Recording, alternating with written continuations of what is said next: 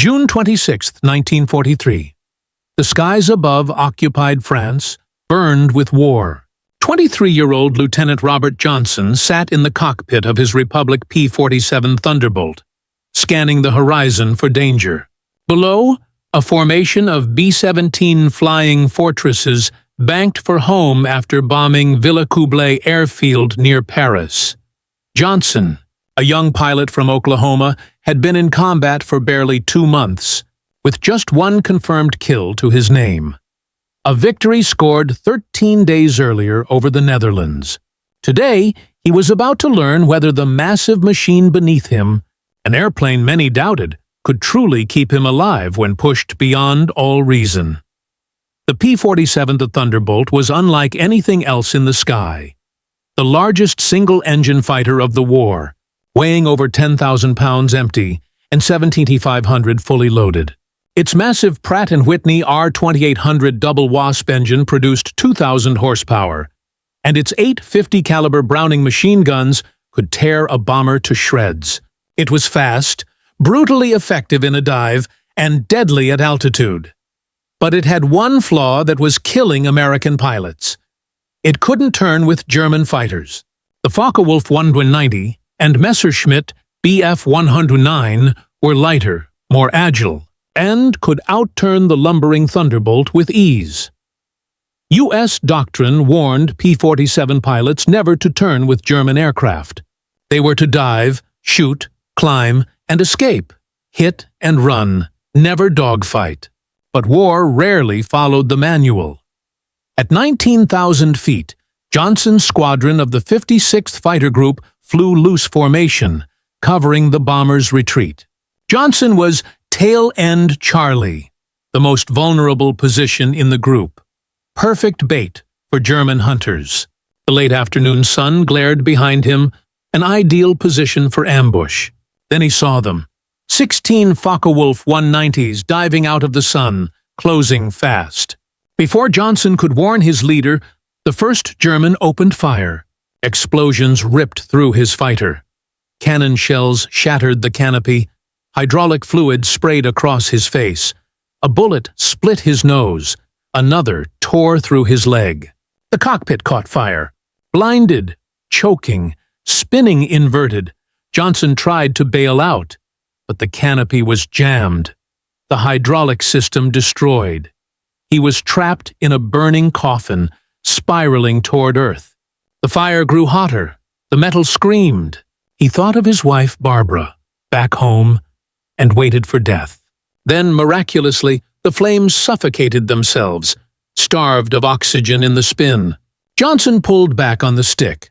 The nose lifted, and the P-47 leveled out at 8,000 feet.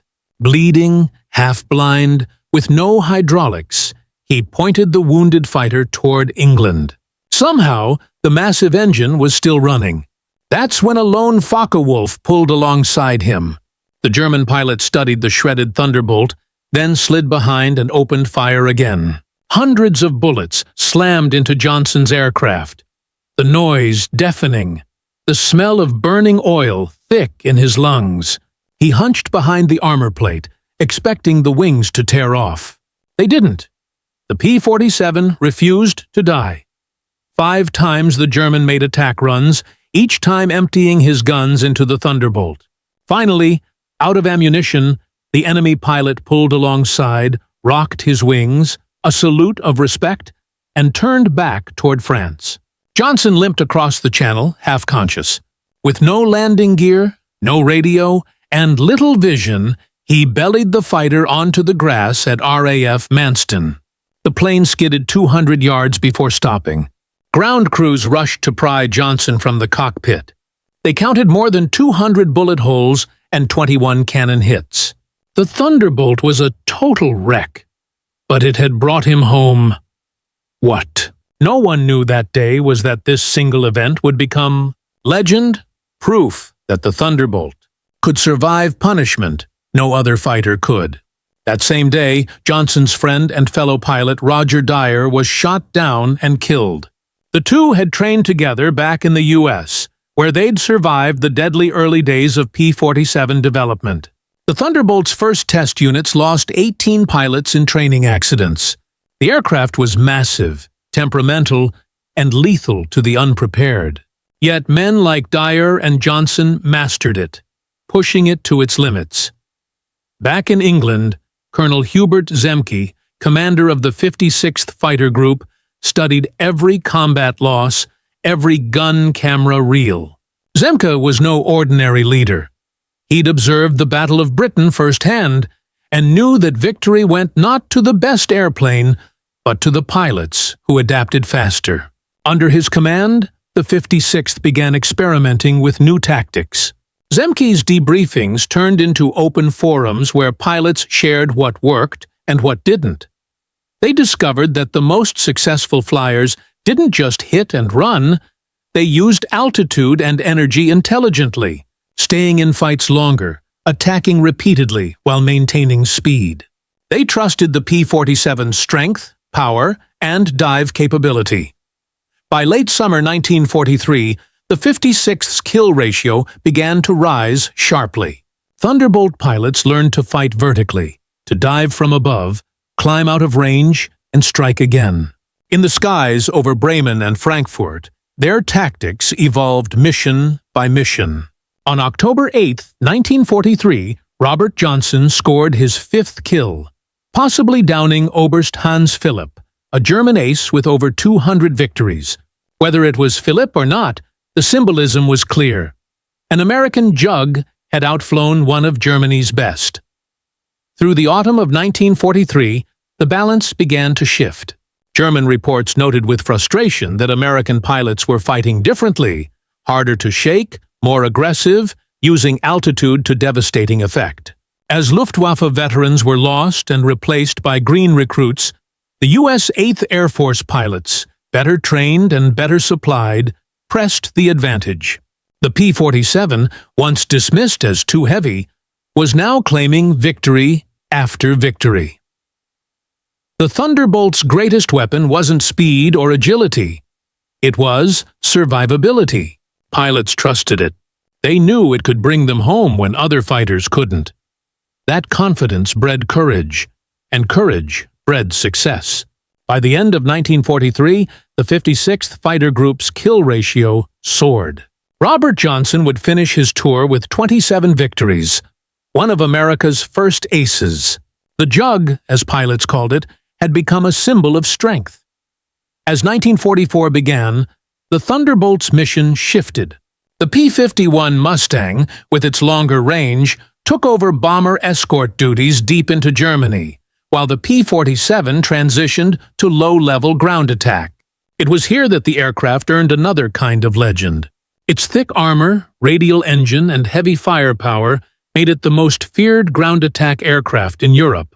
P-47s strafed trains, convoys, and tanks with devastating effect. Between D-Day and VE Day, Thunderbolts destroyed more than 86,000 rail cars, 9,000 locomotives, and 6,000 armored vehicles, paralyzing the German army's logistics. German troops called them Jabos, fighter bombers. The sound of their engines sent soldiers diving for cover. There was no defense. The Thunderbolt could appear out of the clouds, unleash 8 machine guns, bombs, and rockets, and vanish in seconds.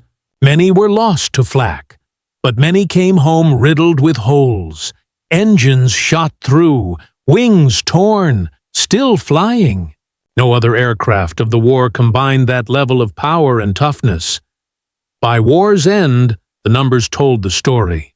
The Thunderbolt achieved a 4.6-to-1 kill ratio, better than the P-38 or even the Mustang in many theaters.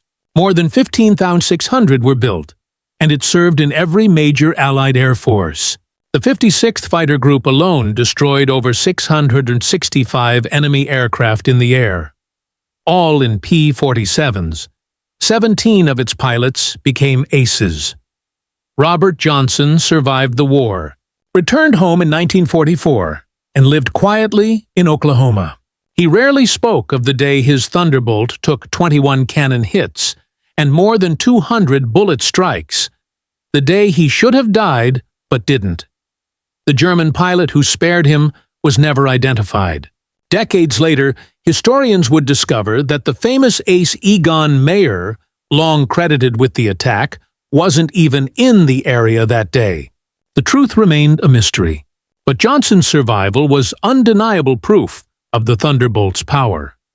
Colonel Zemke survived too, flying 166 combat missions before being shot down by weather, not the enemy.